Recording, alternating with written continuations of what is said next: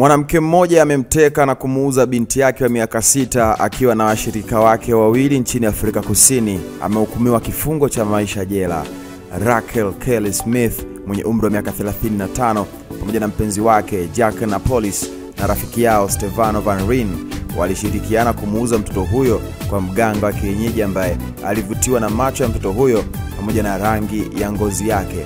Mama huyo alikiri kumuuza binti yake kwa mganga wa kienyeji mapema mwezi Februari mwaka 2024 kwa randi 20,000 sawa na shilingi milioni 3 kwa pesa za Kitanzania. Licha ya msako mkubwa na umaarufu wa tukio hilo, mtoto huyo Jocelyn Smith ambaye alipotea Februari 2024 huko Sadantha Bay karibu na Cape Town bado hakupatikana. Sasa maoni ya wadau yamekuwa ni mengi sana kuhusiana na tukio ambalo amelifanya mwanamke huyu. Huyu anasema huyu mwanamke, huyu mama analaana. Mwingine anasema kwa hiyo mganga anaendelea kuwa naye au inakuaje? Mbona kama ngoma ngumu? Sawa. Huyu kama chambo, ila tuna wazazi wengi sana wa aina hii mitaani. Okay? Huyu anasema angenyongwa kabisa. Mwingine anasema watu kama hawa wachomwe kwanza moto hapa duniani.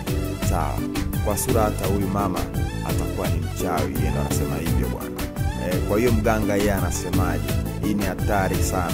Bwana, haya ni baadhi ya maoni mawili matatu ya watu wakizungumza kuhusu tukio hili la mama kuweza kufungwa jela maisha kwa kumuuza mwanae kabisa wa kumzaa kwa mganga kienyeji. Kisa ni kwamba mwanae alisema kwamba amependa mganga alisema kwamba amependa macho ya mtoto wake pamoja na ngozi ya binti yake huyo. Nione kwenye comment maoni yako, itakuwa swadakta sana. Mimi nitakuwa Mickey Cliff, msema chochote ni hivi ndio mimi husema.